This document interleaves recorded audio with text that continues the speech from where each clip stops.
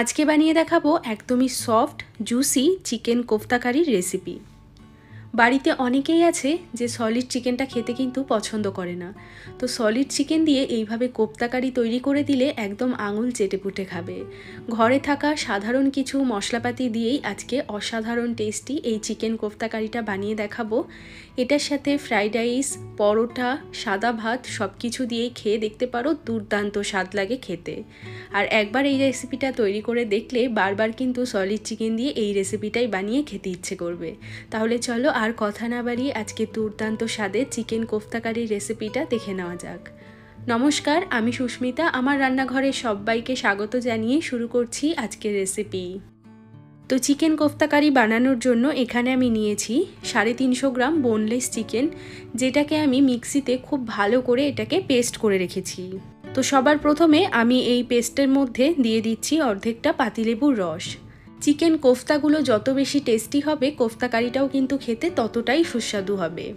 এবার এর মধ্যে দিয়ে দিচ্ছি স্বাদ মতো লবণ, সামান্য একটু দিয়ে দিলাম হলুদ গুঁড়ো, দিয়ে দেব হাফ চামচ ধনে গুঁড়ো, হাফ চামচ দিয়ে দিলাম জিরে গুঁড়ো, 2 টেবিল চামচ মতো এখানে আমি দিয়ে দিলাম পেঁয়াজ বাটা, 2 টেবিল চামচ মতো দিয়ে দিলাম আদা রসুন কাঁচা লঙ্কা বাটা। এবার দিয়ে দিচ্ছি 1 চামচ মতো ঘি অথবা সাদা তেল, যে কোনো কিছু এখানে তোমরা দিতে পারো, তবে এটা কিন্তু দিতেই হবে, তাহলেই কোফতাগুলো একদম জুসি তৈরি হবে। আর দিয়ে দিচ্ছি ঝালের জন্য কয়েকটা কাঁচা লঙ্কা কুচি। এখানে আমি কাশ্মীরি লঙ্কা বা লাল লঙ্কাটা এখন ব্যবহার করছি না, যদি আরও ঝাল বেশি প্রয়োজন মনে হয় তাহলে এখানে তোমরা তোমাদের ইচ্ছে মতো লঙ্কাটা ব্যবহার করতে পারো। আর দিয়ে দেবো 2 টেবিল চামচ বেসন দিলে খুব ভালো একটা চিকেনের মধ্যে বাইন্ডিং তৈরি হবে। এবার দিয়ে দিচ্ছি একটা ডিম। এবার সমস্ত কিছু হাত দিয়ে খুব ভালো করে মাখিয়ে নেব। অনেক সময় দেখা যায় কোফতাগুলো ভাজার পরে কিন্তু কোফতাগুলো শক্ত হয়ে যায়, আর গ্রেভিতে দিলেও কিন্তু সেটা একদম শক্ত হয়ে যায়। এইভাবে তৈরি করে দেখবে কোফতাগুলো একদমই সফট এবং জুসি তৈরি হবে, যেটা খেতেও কিন্তু অত্যন্ত সুস্বাদু হবে। তো এখানে আমি এই চিকেনের পেস্টটাকে খুব ভালো করে সমস্ত মশলাপাতি দিয়ে মাখিয়ে নিয়েছি। এবার হাতটাকে পরিষ্কার করে ধুয়ে 2 হাতেই ভালো করে একটু সাদা তেল মাখিয়ে নিয়েছি, যাতে কোফতাগুলো তৈরি করতে অসুবিধে না হয়। এবার এখান থেকে আমরা চিকেনের কোফতাগুলো তৈরি করে নেব। এরকম করে মিডিয়াম সাইজের কোফতাগুলো আমি তৈরি করে নিচ্ছি। তো এইভাবে আমি সমস্ত চিকেনের কোফতা কিন্তু তৈরি করে নিয়েছি। এখন আমরা চলে যাব রান্নাতে। এই রান্নাটা আমি পুরোপুরি সর্ষের তেলেই করছি, চাইলে তোমরা সাদা তেল দিয়েও অবশ্যই করতে পারো, তবে সর্ষের তেলে স্বাদটা সবথেকে বেশি ভালো আসবে। তো কড়াইতে দিয়ে দিলাম পরিমাণ মতো সর্ষের তেল। তেলটাকে প্রথমে খুব ভালো করে গরম করে নিয়েছি, এখন গ্যাসের ফ্লেমটা একদম লোতে আছে। এবার আমি এই চিকেনের কোফতাগুলো একটা একটা করে দিয়ে দিচ্ছি। আমি কোফতাগুলো কিন্তু 2-3 ব্যাচে ভাজবো, একবারে সমস্ত কোফতা এখানে দিলে ভাজতে অসুবিধে হবে। তো আমি এরকম অল্প অল্প করে কোফতা দিয়ে কোফতাগুলোকে বেশ লাল লাল করে ভেজে নেব। এই চিকেনের কোফতাগুলো ভাজতে কিন্তু খুব একটা বেশি সময় লাগবে না, 2 থেকে 3 মিনিট মতো কোফতাগুলো ভেজে নিলেই কিন্তু যথেষ্ট।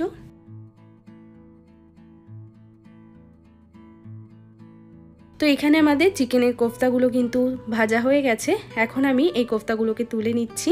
কোফতাগুলো কিন্তু এইরকম গোল্ডেন করেই ভাজতে হবে, একদম কড়া করে কিন্তু ভাজলে কোফতাগুলো শক্ত হয়ে যাবে। একই রকম ভাবে আমি সমস্ত কোফতাগুলো ভেজে নেব। তো এখানে আমার সমস্ত চিকেনের কোফতা ভাজা হয়ে গেছে, আর এখানে অনেকটা পরিমাণে সর্ষের তেল রয়েছে, তো তেলটাকে আমি কমিয়ে নিচ্ছি। এবার এই বাকি তেলে রান্নাটা শুরু করব। তো সবার প্রথমে কিছু গোটা মশলা ফোড়ন দেব।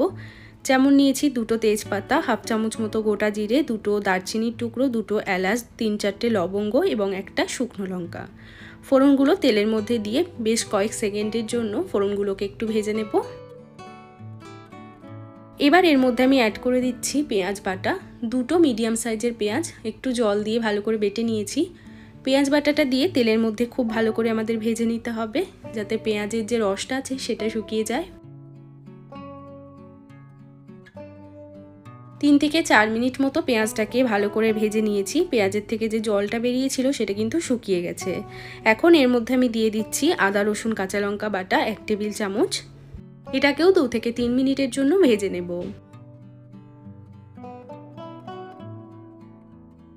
আদা রসুনের কাঁচা গন্ধটা সম্পূর্ণ চলে গেছে, মশলাটা বেশ ভালোভাবে ভাজা হয়ে গেছে।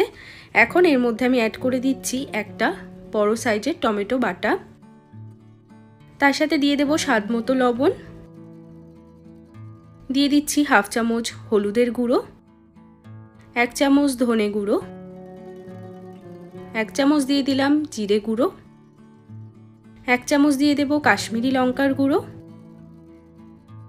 আর দিয়ে দিচ্ছি সামান্য একটু চিনি।